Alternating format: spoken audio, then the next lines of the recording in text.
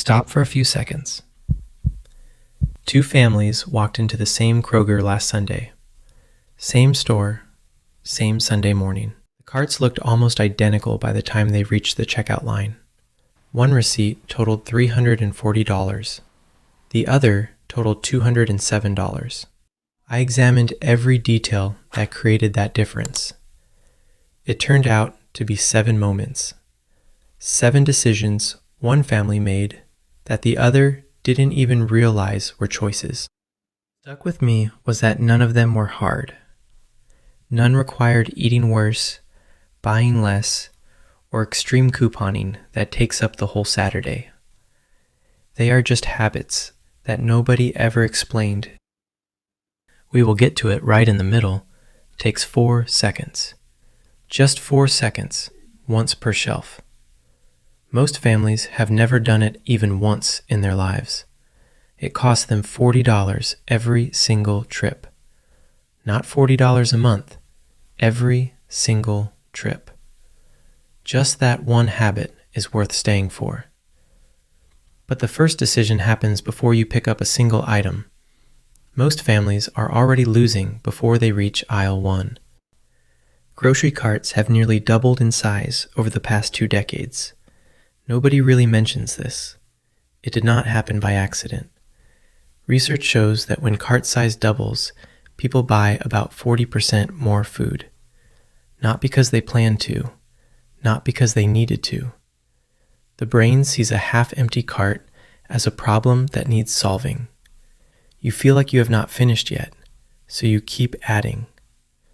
A man named Kevin in Dallas shared his experience on Reddit's r/frugal after switching to a handbasket for trips where his list had fewer than 15 items.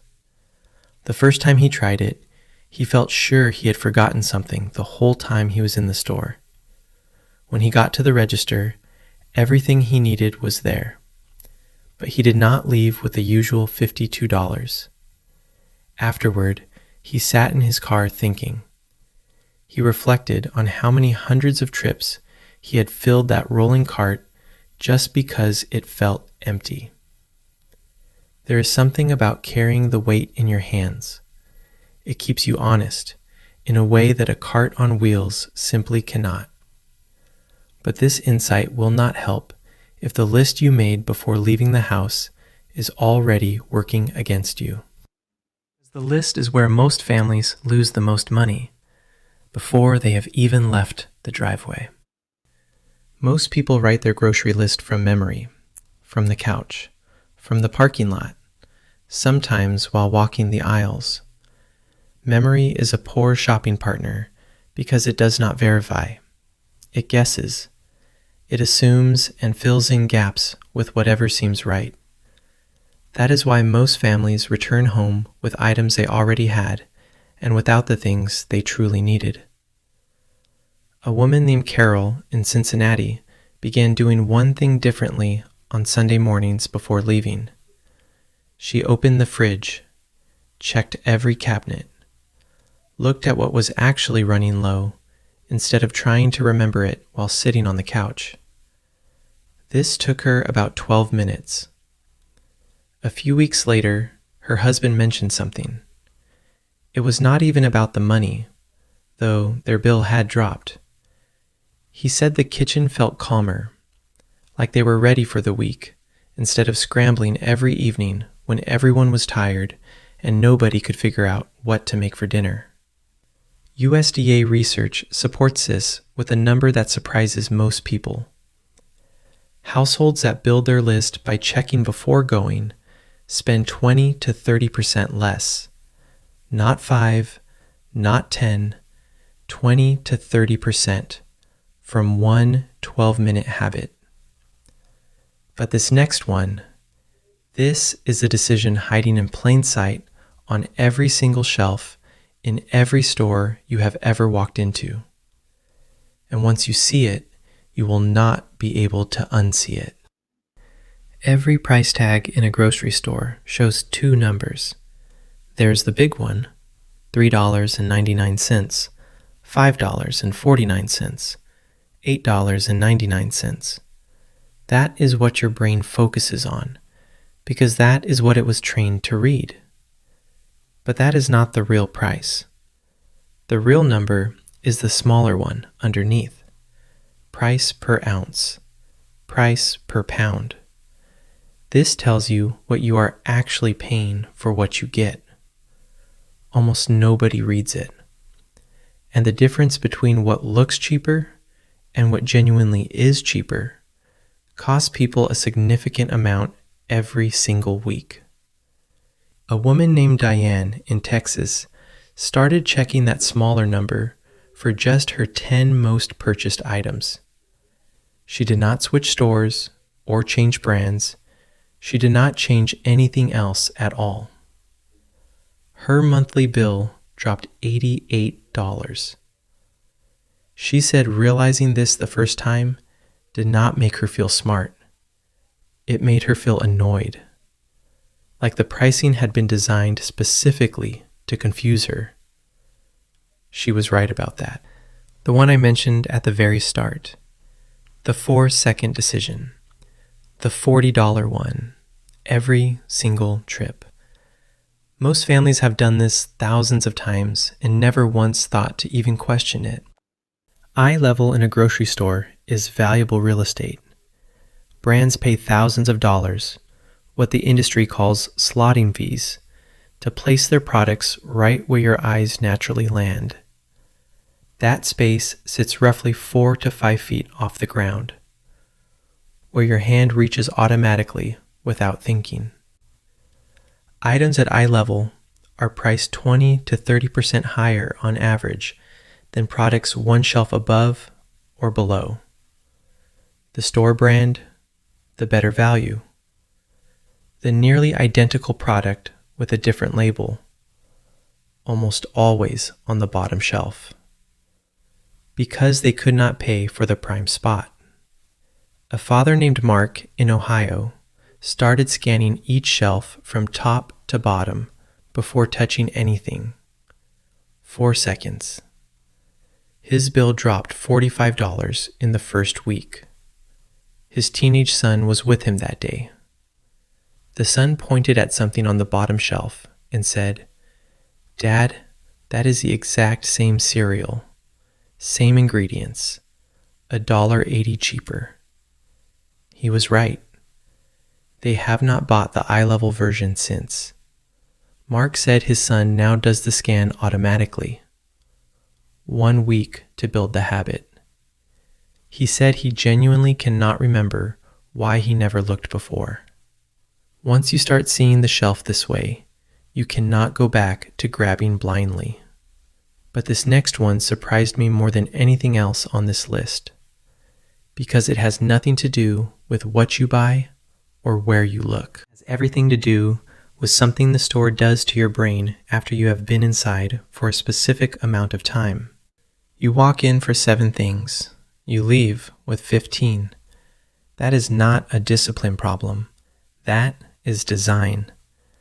Researchers at Bangor University found that after approximately 40 minutes, most shoppers stop making deliberate decisions and start making emotional ones. The store layout, lighting, music, and bakery scent are all intentionally engineered to keep you inside long enough to cross that threshold. Milk is in the back corner, eggs on the opposite wall, bread at the far end. The items you came for are spread apart, forcing you to walk past unplanned products before finding what you actually need. A family in Arizona began loosely tracking their time. No strict timer, just aware. They aimed for about 35 minutes. Their average bill dropped $55 per trip. The father said the teenagers complained at first, but then adjusted. Sometimes the benefit is not just the money, but the last decision on this list. This is the one most families resist making, and it is where the biggest monthly savings are sitting right now in 2026. Families are leaving $100 to $140 on the table every single month because of one habit they have never questioned. Most families shop at one store. Same place, same routine, every week, every year. That loyalty made sense when prices were stable, but prices are not stable anymore, and that loyalty has stopped being rewarded. According to Consumer Reports' 2026 comparison, Aldi prices on pantry staples, pasta, rice, canned goods, frozen vegetables, run 30 to 40% below what Kroger or Safeway charge for equivalent quality. Kroger wins on fresh produce and meat. Aldi wins on packaged goods. They are not competing for the same items. A woman named Sandra in Columbus learned this and now makes 2 stops. Aldi first for pantry and frozen, 12 minutes. Kroger for fresh produce and meat, 22 minutes. The drive between them is 4 minutes. Total trip time, 48 minutes. Monthly savings compared to single-store shopping, $140. When she first told her husband the number, he thought she had made a mistake. She showed him both receipts side by side. He paused. Then he realized they had been leaving that money behind every single month for years without knowing it. 1 extra stop, 12 extra minutes, $140 back. Smart families already ran this math. Now this last one. And this one is different from everything else on this list because it is not about what you buy or where you look or how long you stay. It's about something the store puts directly in your path that your brain automatically reads as one thing when it is actually something else entirely. Those big displays at the end of every aisle. Bright colors, large stacks, easy to reach, prominent placement. Your brain reads them as deals automatically, every time, before you even check the price. That is a conditioned response the retail industry spent decades engineering. Most end cap products are not on sale. They are paid placements. Brands pay premium placement fees to sit at the end of aisles specifically because the display creates a perception of savings that has nothing to do with the actual price. A woman named Patricia in Georgia started checking end cap prices against the same product inside the aisle. One shopping trip. She found 3 end cap items priced higher per unit than the identical product stacked quietly in the middle of the aisle with no display at all. Same product, more expensive, better dressed. She said she felt embarrassed, not because she had been fooled once, because she had been fooled for years. Smart families walk past end caps without stopping, unless they have already checked the unit price. The display is not information.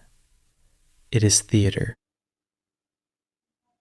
And here is the only question worth sitting with after watching this.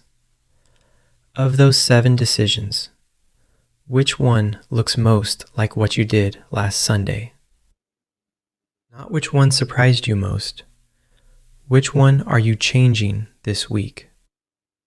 Put it in the comments, because someone watching this right now just recognized themselves in that $340 trip.